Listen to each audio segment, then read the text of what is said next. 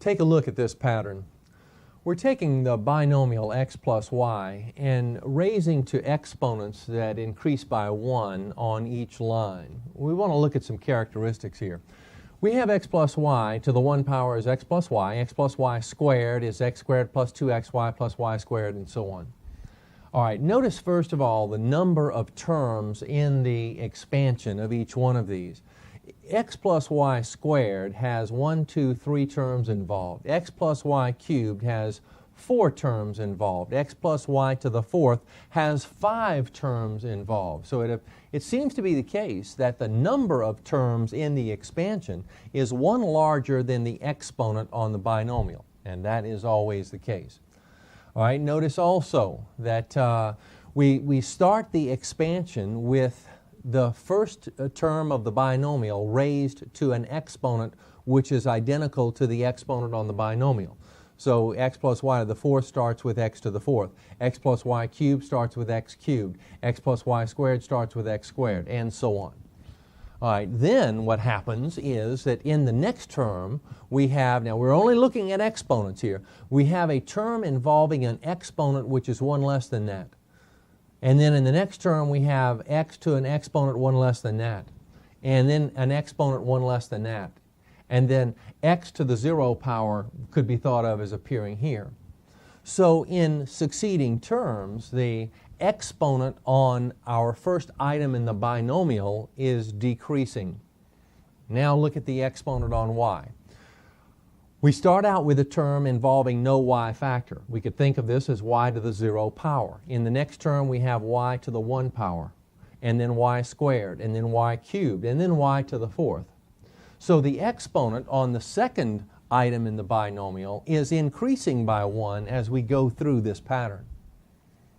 Okay, so we have the number of terms is 1 greater than the exponent, and we have this ascending and descending exponent on our 2 items in the binomial.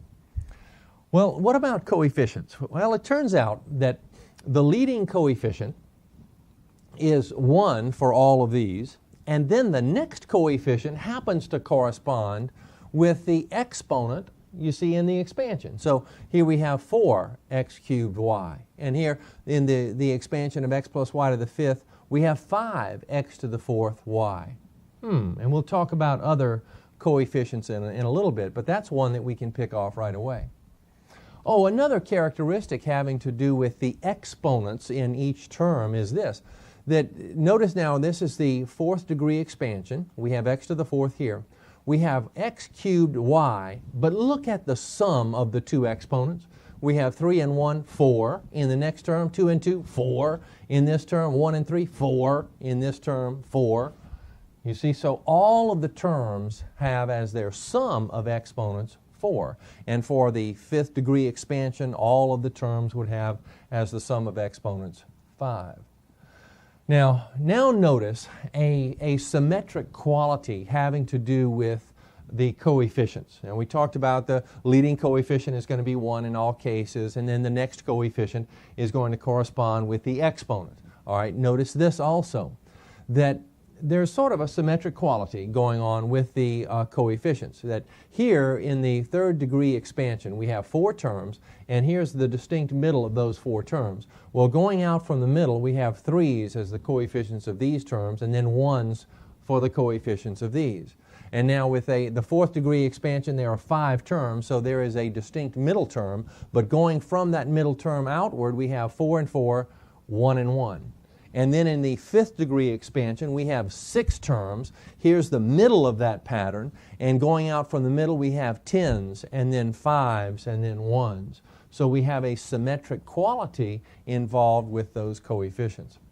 So all of those things are going on. We have all of those patterns happening. So we know right now then that if we take x plus y and raise to the 12th power, we know how to begin the expansion. It's going to be x to the 12th. The next term is going to be 12x to an exponent 1 less than this, and then y will make its appearance as a factor. And then in the next term, we don't know what the coefficient is going to be, but we do know that we're going to have x to the 10th and then y squared. You see, and this decreasing idea on the exponent of x and an increasing idea on y, and the total of these is going to be 12 for all of the terms. We also know that the second to last term in that expansion is going to have a coefficient of 12, and the last term is going to have a coefficient of 1, and it's going to actually be 1y to the 12th power. Okay, so we know all of those kinds of things. Now let's talk a bit about the coefficient generally in a binomial expansion. It turns out that that is what the binomial theorem is all about. In the x plus y to the 12th expansion, find the coefficient of the term involving x to the 7th, y to the 5th. And the binomial theorem allows us to make that calculation. Now, I'm using a specific example here. We can generalize this in a little bit, but the specific example is this specific expansion. All right? Now, to generalize it, we would say it's the expansion of x plus y to the n power, something like that. But this is very specific. Now, by the binomial theorem, that coefficient is given by this notation and this calculation. The notation here is red. This is the combination of 12 things taken 5 at a time. And another way to show the exact same notation is to do this. This says the same thing. And the calculation associated with this is 12 factorial over 12 minus 5 factorial times 5 factorial. Now let's see where all of this comes from and where we're going with this and how we can manipulate this idea. By the way, the notion of combinations is heavily involved in the study of probability. And it's something that we'll get involved with at another time. But just for the time being, let's just understand that it's a particular notation and this is its correspondence. All right, now, the 12 appearing here corresponds with the exponent on the x plus y. So that's where that comes from. And it turns out that the 5 here happens to be the exponent on the y. You see, the exponent on y, the second part of the binomial expansion, you see. Okay. Now, let's make the correspondence between these two. We have 12 factorial. The 12 corresponds here with the numerator, you see. And then in the denominator, we have a couple of items. One of the items is the difference of these two, factorial, and the other item is this second rascal, factorial. Okay, so all of that is going on. Now, it's only a matter of experience that allows us to remember this and understand it well. I don't recommend that we go and try to memorize this. We'll get enough practice with it so that the memory will be very efficient very shortly. All right, let's make the calculation. Let's see, we have 12 factorial is 12 times 11 times 10 times 9 times 8 times 7, and I'm going to stop right there. I know that there are some more factors, but I'm seeing that in the denominator I have 12 minus 5, which is 7 factorial. So I have 7 factorial times 5 factorial. Now 5 factorial I'll go ahead and expand as 5 times 4 times 3 times 2, and I could write the 1 here, but I don't need to. Now I stopped here at 7 factorial because I recognize this, and all of the factors involved there will take out all of the factors involved here. And now we're looking for other cancellation opportunities. I see 5 times 2 is 10. We'll cancel with the 10 upstairs. I see 4 times 3, 12, and those factors will cancel with the 12 upstairs. So we just multiply 11 times 9 times 8, and we find the value here to be 792. Okay, let's go through some other calculations involving this combination formula. And then we'll get back to the idea of the binomial expansion. Let me just show you some manipulative opportunities here with this combination business. Now, with the combination of 8 things taken 2 at a time, you know that the numerator of this fraction is 8 factorial. In the denominator, we have 8 minus 2 factorial times 2 factorial. Okay? So we would end up writing, let's see, 8 times 7 times 6 factorial. We would stop right there. And in this denominator, we would have 6 factorial, and then 2 factorial, which is simply 2 or 2 times 1. Now, the 6 factorials will cancel, and I have 8 times 7 over 2. Now, here's what I want you to notice about the pattern. That in the numerator, once I've performed this calculation of cancellation, I have 2 factors starting with 8. In the denominator, I have 2 factors as well, but this is really just 2 factorial. Now, this is no idle coincidence with the 2 that appears here.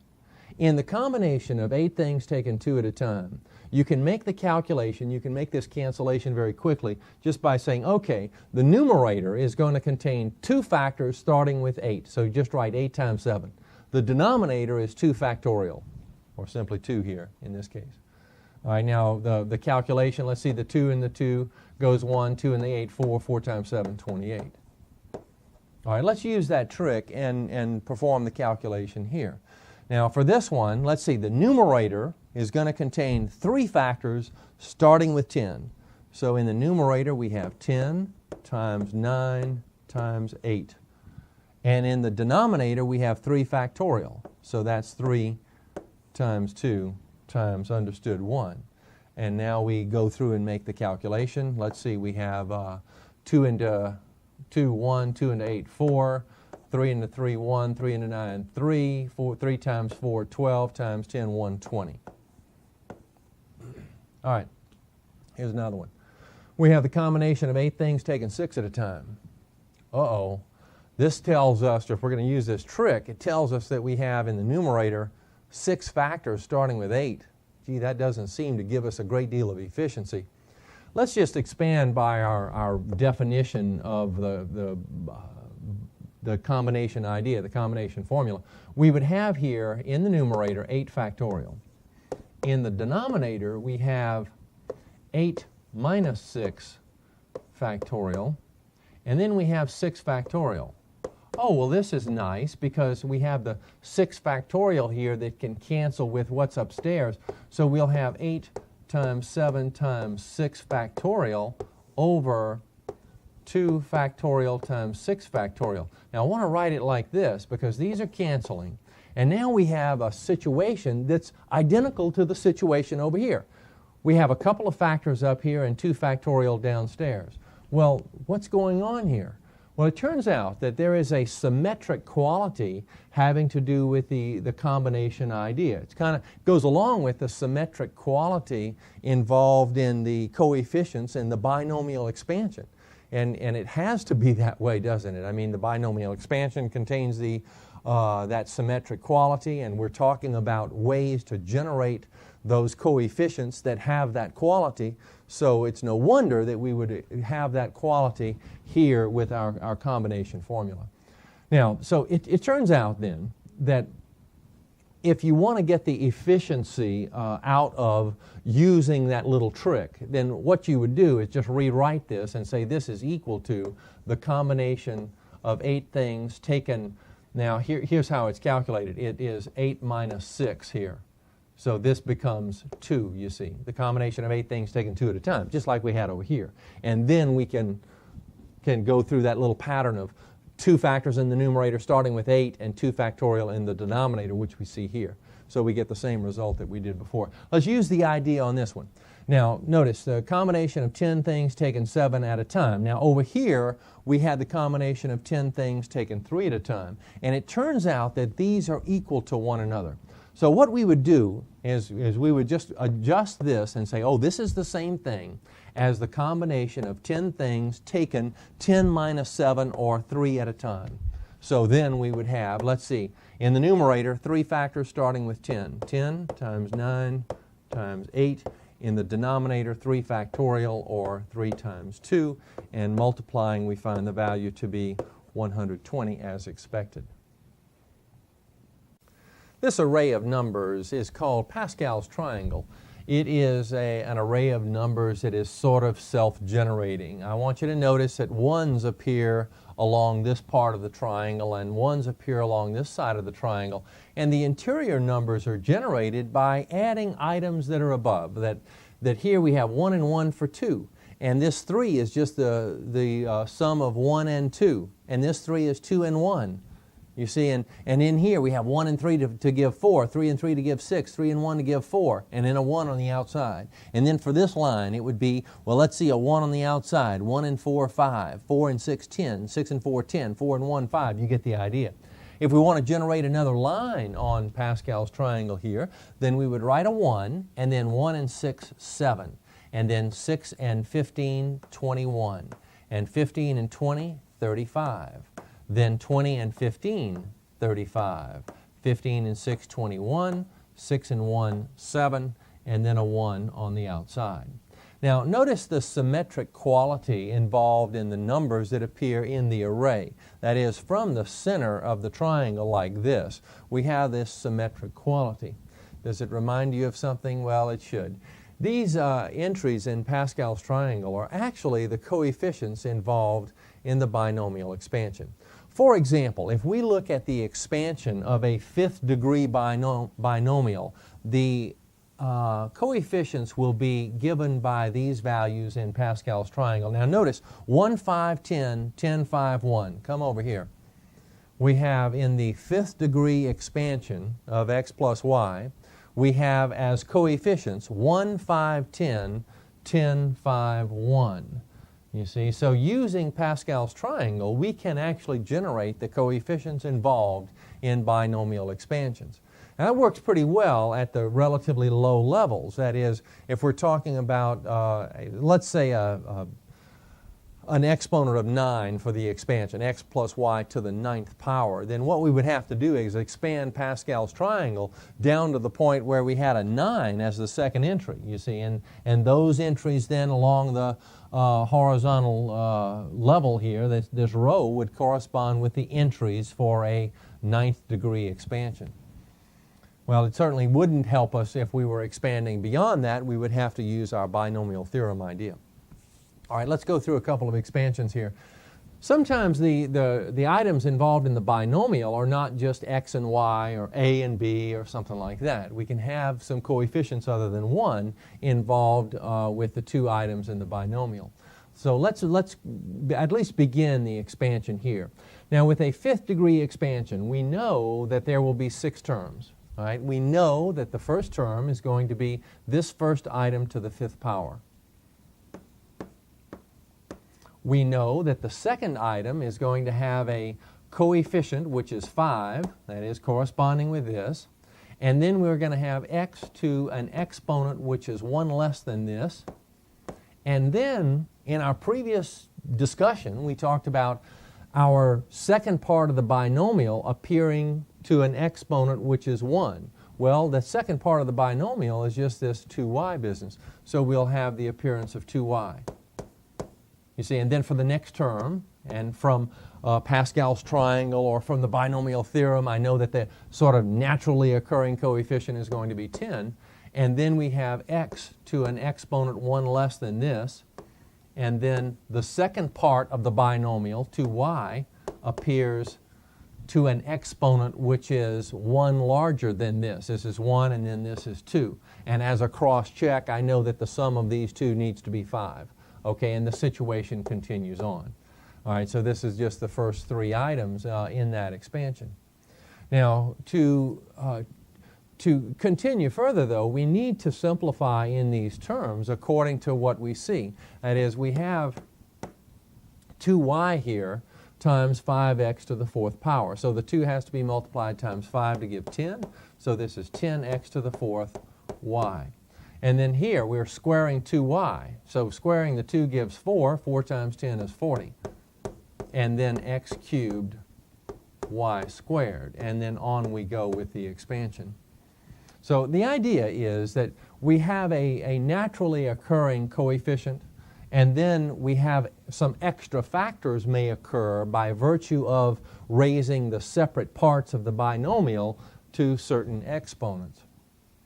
When a minus sign is involved in the binomial, it will cause an alternating sign pattern to occur. Now we can see it in a couple of different ways. You can rewrite this as x plus negative 2y like this to the 5th power. And now negative 2y is playing the role that 2y played up here. So everywhere I see a 2y, I could write a negative 2y. So this would become negative, that would become negative. And when I expand, I would be multiplying negative 2 times 5 to give a negative 10, you see. And then over here, though, the negative 2y is squared, so it would cause this to be positive, and a positive result would occur. And in the next term, it would be cubed, and I'm cubing a negative value, which makes it negative, so the next term would be negative. So we have this plus, minus, plus, minus, plus, minus kind of pattern, just an alternating sign pattern when we have a minus sign in the middle of that binomial. Consider this one.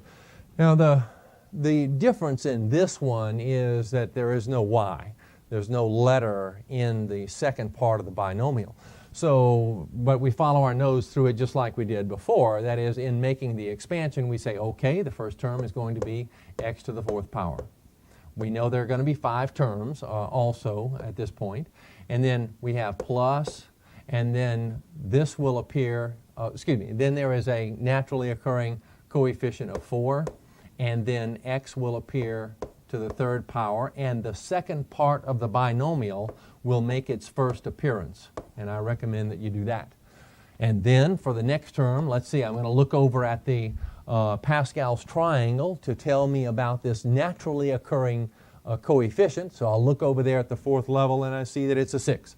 Okay, so it's a 6, and then x will appear squared, and then the second component, the second part of the binomial, will appear squared also, increasing exponent on that second item. And then the next item is 4x, and then negative 3 appears cubed. And then the negative 3 appears to the 4th power. Okay, let's come back and clean up a little bit. We have x to the 4th here. We have negative 3 times 4 is negative 12 x cubed. And then negative 3 squared is 9 times 6 is 54 x squared. Now notice no y here. There's no second letter involved here. There wasn't to begin with. There won't be down here either. We kind of get accustomed to that idea that we're going to have a second letter to an exponent, you see, and the exponents will add to give 4 in this case. But that's just not the case because there's no second letter involved. Okay, so x to the 4th, we have an x cubed term, an x squared term. Well, let's slide over. We have negative 3 cubed is negative 27. Negative 27 times 4 is negative 108. And it is x to the 1 power. And then negative 3 to the 4th power is 81. So once again, just keep track of the various components involved in every term, and you're not going to have any great difficulty with this. It is important, though, in keeping track of those things, not to try to perform any operations too soon. That's the tendency here. You want to think about all of the components sort of as separate events. You have a naturally occurring coefficient. You have the first part of the binomial raised to a certain exponent. You have the second part of the binomial raised to a certain exponent. And you just write down those components for every term. And then you come back and clean it up with the various operations. All right, here's another situation where we have the binomial theorem possibly involved, and it involves an expansion. But we're only trying to identify a single term within the expansion. Let's say that we're talking about the expansion of x minus 3y to the 14th power, and we want to write the term involving x cubed. The term involving x cubed. Well, let's see. We know that that term involving x cubed will contain a naturally occurring coefficient. I'll leave it as a blank right now. Then we're going to have x cubed, and then we have the next factor is going to be a factor composed of this second part of the binomial raised to an exponent which has to add with 3 to give 14. We know the sum of those exponents, you see, has to be 14. So 3 plus what is 14? Oh, it's 11. So the exponent here has to be 11. Okay, now what about this rascal? Well, let's see. The naturally occurring coefficient here Pascal's triangle isn't going to help us a great deal unless we want to spend the afternoon expanding it. So it's the combination then of, now remember how this combination notation took place. It's the 14 occurs here because it's the exponent up there. And now this turned out to be the exponent on the second component. Now when we expanded x and y, it was the exponent on y. Here it's the exponent on the second component. So it's an 11 right here. It's a combination of 14 things taken 11 at a time. Now let's make that calculation. Let's come back over here to the side and make that calculation. We know that the combination of 14 things taken 11 at a time is the same thing as the combination of 14 things taken 14 minus 11 or 3 at a time. And it's easier to work if we have a smaller number over here, and that's why we perform this little tactic. So in the numerator, we have 3 factors starting with 14. So we have 14 times 13 times 12. And in the denominator, we have 3 times 2 times 1. We have 3 factors, but it's simply 3 factorial. So I'll just write it as 3 times 2. Now 3 times 2 is 6, and 6 goes into 12 2 times. So we have this. And now we just multiply these rascals, and I believe when the smoke clears on this, it turns out to be 364. So if we have 364 x cubed, and now in parenthesis, wow, I want to raise negative 3y to the 11th power. Negative 3 to the 11th power. That turns out to be negative 177,147. Now, I didn't do that in my head. I can't do math that well. I have it written off camera. Okay, so we get this, and then y to the 11th power. All right, and then we multiply the naturally occurring coefficient times this one, and we get, let's see, negative 64,481,508. You might check me on that. And then x cubed y to the 11th power. Okay, so that turns out to be our result. But it's important here, I think, to understand how we went through the process, how we started the process here. The term involving x cubed, you see, it all started with that idea. So the term involving x cubed has a naturally occurring coefficient given by this combination formula. And then the other term involves, let's see, the second item in the binomial raised to an exponent, which we calculate as 14 minus 3. You see, gives 11 because these have to total 14. And then it's a matter of calculating from there.